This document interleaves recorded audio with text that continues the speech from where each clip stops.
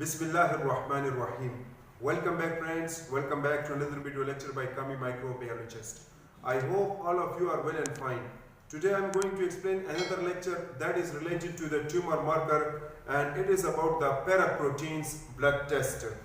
If you guys remember, we already talked different types of the tumor markers, like we have talked AFP, HCG, thyroglobulin, we have talked cancer antigens and some other types of the tumor markers as well.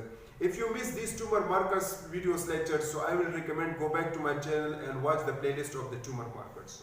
My name is Muhammad Kamil Khan and you guys watching my channel Kami Microbiologist. Let's start the video.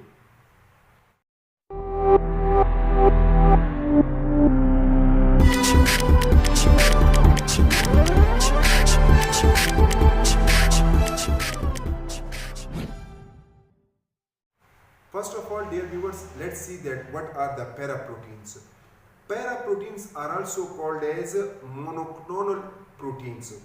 Why it is called as monoclonal protein? Because it is mostly produced from the plasma cells. A single clone of the plasma cell can produce these types of the proteins. And it is actually the, remember, it is actually the, we can say that abnormal types of the proteins. It is actually the antibodies, abnormal types of the antibodies, okay, and it will be produced during cancerous conditions. Now let's see the diagnostic purpose, that why the doctor recommend this test, why we perform this test. So this test is specially recommended for the multiple myeloma. This test is also recommended for the amyloidosis, lymphoma. It is also recommended for the leukemia. It is recommended for the treatment efficacy, to check the treatment is working or not. It is also recommended to see the level of the paraproteins into the blood. So these are the main diagnostic purpose, that why this test is performed. Then we have the test procedure. So a test procedure is very simple. First of all, you need to take the blood into the gel tube. Then what will you do? You will centrifuge it to get the serum.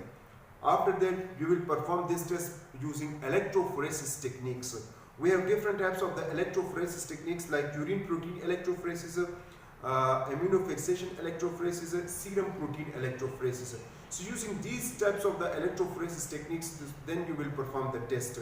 Okay.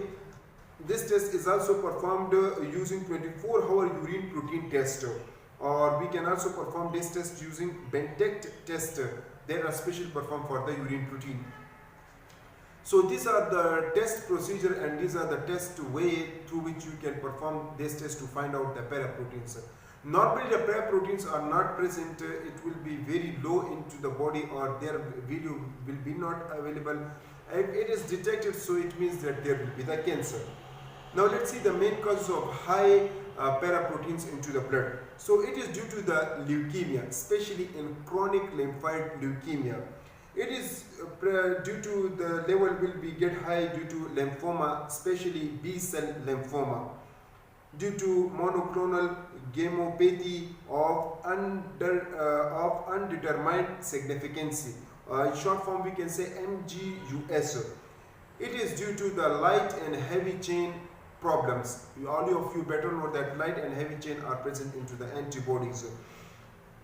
It is also due to the chronic infection, like we have HIV, hepatitis, rheumatoid, and it is also present into the autoimmune disease, or we can say in inflammation, like we have rheumatoid arthritis. It is also get high due to the amyloidosis, and it is also get high due to the multiple myeloma as well.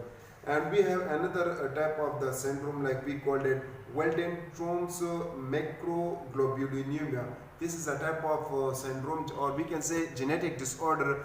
When this type of genetic disorder is present, so what will happen? The paraprotein level will also get high into the bloodstream. So dear viewers, this is all about the paraproteins. I hope you understand, and I hope you guys get an idea about this. But if still you have any kind of question, you can write your question to comment. I will try my best to give you answer as soon as possible. Thank you so much for watching this video.